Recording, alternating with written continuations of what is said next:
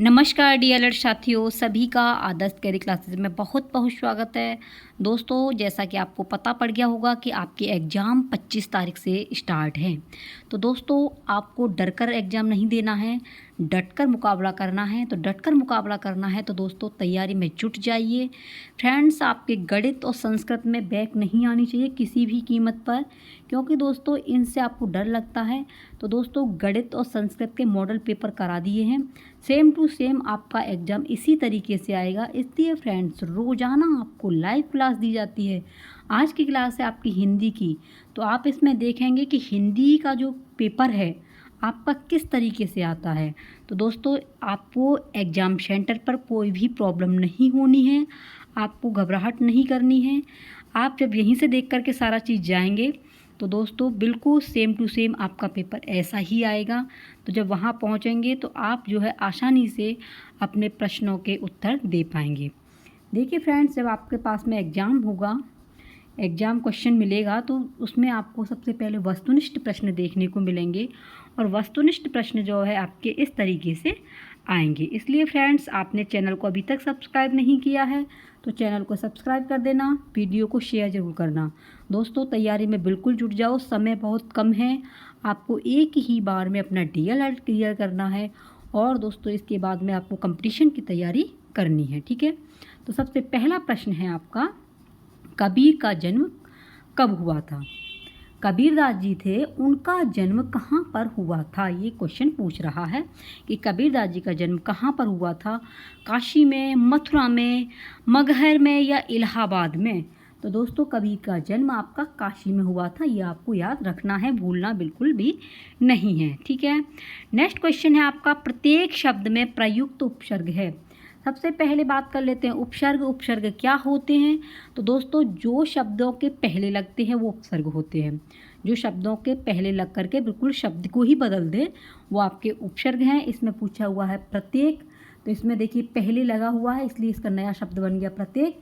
तो प्रत्येक में उपसर्ग कौन सा है? प्रत्यय, प्रति या एक? तो दोस्तों इसमें सही आंसर है वो है आपका प्रति। इस तरीके से क्वेश्चन दोस्तों आपको एग्ज़ाम सेंटर पर देखने को मिलेंगे। इसलिए फ्रेंड्स, बिल्कुल तैयारी करके जाना, आपको बिल्कुल भी घबराना नहीं है। पेपर अच्छे दे के आना है और अच्छे से ही आपका एग्ज़ाम होंगे, ठीक है। नेक्स्ट है, सूरदास किसके शिष्य थे? तो सबको पता होगा, सूरदास जी जो थे वो दोस्तों वल्लभाचार्य जी के शिष्य थे। सब ऑप्शन बिल्कुल राइट हैं, वल्लभाचार्य के ये सूरदास जी शिष्य थे। नेक्स्ट क्वेश्चन है आपका, बिहारी जी की मृत्यु कब हुई थी? जो बिहारी जी हैं उनकी मृत्यु कब हुई थी? 1718 में, 1720 में या 1722 में या 1725 में? तो दोस्तों इसका सही आंसर है बिल्कुल 1720। 1720 में बिहारी जी की मृत्यु हुई थी। दोस्तों, आप लोग थोड़ा सा मोटिवेट किया करो जिससे आपके लिए दोस्तों अच्छे से अच्छे मटेरियल प्रोवाइड करा सकें। आप दोस्तों लाइव आया करो, 8 बजे रोज़ाना क्लास मिलती है आपको डीएलएड की। और फ्रेंड्स, आप लोग जो लाइव आते हो तो बहुत अच्छा लगता है। आपको पीडीएफ प्राप्त करना है तो आदर्श कैरी क्लासेज आप लोग सर्च कर लेना, वहाँ पर आपको पीडीएफ प्राप्त हो जाएगा और दोस्तों डीएलएड के जितने भी नोट्स हैं वो आपको मिल जाएंगे, ठीक है।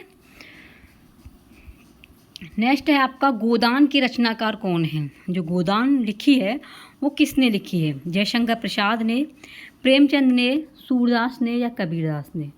तो दोस्तों, गोदान जो लिखी है वो लिखी है आपकी प्रेमचंद्र ने। तो इस तरीके से एग्ज़ाम पर जाएंगे, जब एग्ज़ाम देने तो सेम टू सेम आपका ऐसा ही पेपर आएगा, क्योंकि 1 से 5 यानी 5 आपके 5 क्वेश्चन दोस्तों बहुविकल्पीय के आएंगे। जब आप बहुविकल्पियों को सही करेंगे तो 5 नंबर तो आपके इस तरीके से हो जाएंगे। तो इसलिए दोस्तों बहुविकल्पियों को बिल्कुल सही करके आना है। चारों जो है क्वेश्चन जब आते हैं तो एक से लगते हैं, लेकिन हमको एक सही करना होता है, इसलिए प्रैक्टिस कीजिए, ठीक है। नेक्स्ट है दोस्तों आपका अति लघुत्तरीय प्रश्न। अति लघुत्तरीयों को समझेंगे। सबसे पहले बिहारी जी का निधन कब हुआ था?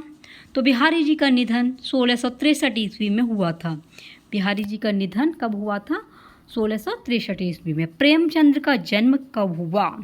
तो प्रेमचंद का जन्म 1880 ईस्वी में हुआ था।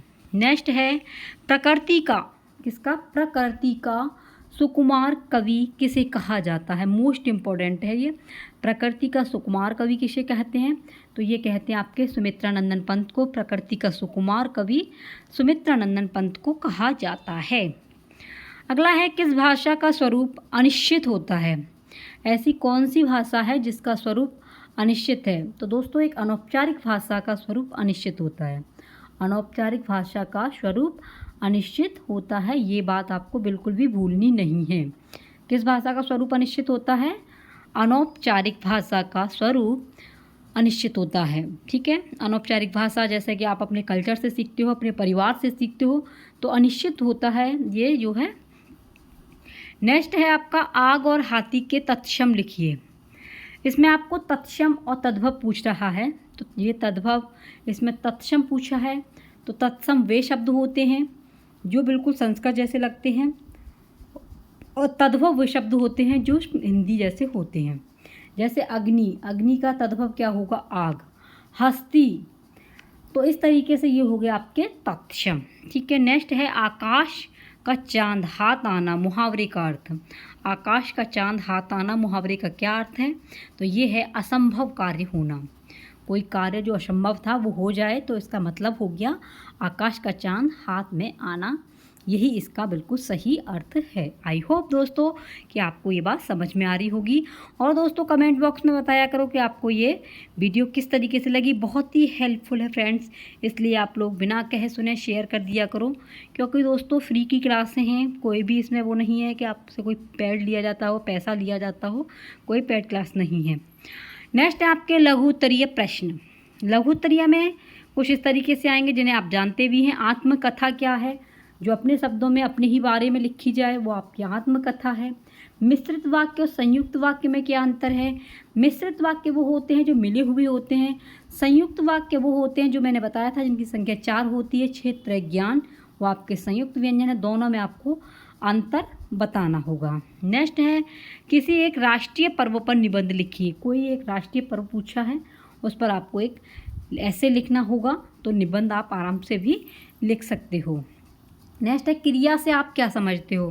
तो करने वाले समूह जो उसमें करा जाता है, क्रिया करने के समूह को कहते हैं, तो वही आपको इसमें लिखना होगा। ठीक है, नेक्स्ट है, वियोग श्रृंगार का कोई एक उदाहरण लिखिए। वियोग श्रृंगार क्या होता है दोस्तों? वियोग में क्या होता है? किसी से मिलकर के बिछड़ना, किसी से मिलने आए हो जब बिछड़ना हो, वो आपका वियोग श्रृंगार होता है। जहाँ पर आंखों में आंसू आ जाएं, वो वियोग श्रृंगार है। आपको एक उदाहरण लेकर के समझाना होगा। प्रश्न सूचक चिन्ह का प्रयोग कब किया जाता है? तो प्रश्न सूचक चिन्ह का प्रयोग दोस्तों प्रश्नों के लिए किया जाता है। जिस तरीका का चिन्ह होता है यह आपका प्रश्न चिन्ह होता है, जिसमें कब, क्यों, क्या, कैसे ऐसे शब्द आ जाएं तो वो आपकी प्रश्न सूचक चिन्ह होता है। वही आपके प्रश्न सूचक चिन्ह का प्रयोग होता है। चिन्ह कौन सा है? ये वाला इसका प्रश्न सूचक चिन्ह है। ये आपको बिल्कुल भी भूलना नहीं है। नेक्स्ट है, कारक किसे कहते हैं? तो कारकों के बारे में आप जानते हैं। कारकों की संख्या आपकी 8 है। ठीक है, जैसा कि आपको बताया भी है। कर्ता ने, देख लीजिए, कर्ता ने कर्म को करण से के द्वारा संप्रदान के लिए अपादान से अलग संबंध काकी के रारी रे। संबंध में जो आएगा वो होगा दोस्तों आपका संबंध में होगा आपका काकी के। नेक्स्ट है आपका अधिकरण। अधिकरण में आता आपका हे, भो, अरे। और अगला है आपका संबोधन। अधिकरण में आता है आपका, सॉरी ये गलत हो गया, अधिकरण में आएगा मैं पेपर, और संबोधन में आता है आपका हे, भो, अरे। इस तरीके से कारकों की संख्या आपकी 8 है। तो ये थे आपके महत्वपूर्ण, बहुत ही महत्वपूर्ण जो पेपर में आने वाले क्वेश्चन हैं, लघु उत्तरीय प्रश्न। आप लोग घर से प्रैक्टिस करके जाना, जिससे दोस्तों आपको एग्जाम में कोई भी प्रॉब्लम नहीं हो। अगर वीडियो का PDF आपको प्राप्त करना है तो आपको सर्च करना होगा टेलीग्राम पे जा करके आदर्श कैरियर क्लासेज, वहाँ पर आपको ये PDF प्राप्त हो जाएगा। अधिक जानकारी प्राप्त करने के लिए आपको ये व्हाट्सएप नंबर दिया गया है, इस व्हाट्सएप ग्रुप से जुड़ जाना और आपको दोस्तों DLED से संबंधित जो भी मटेरियल है आप तक प्रोवाइड कराया जाएगा। ठीक है फ्रेंड्स, मिलते हैं कोई नेक्स्ट क्लास के साथ में।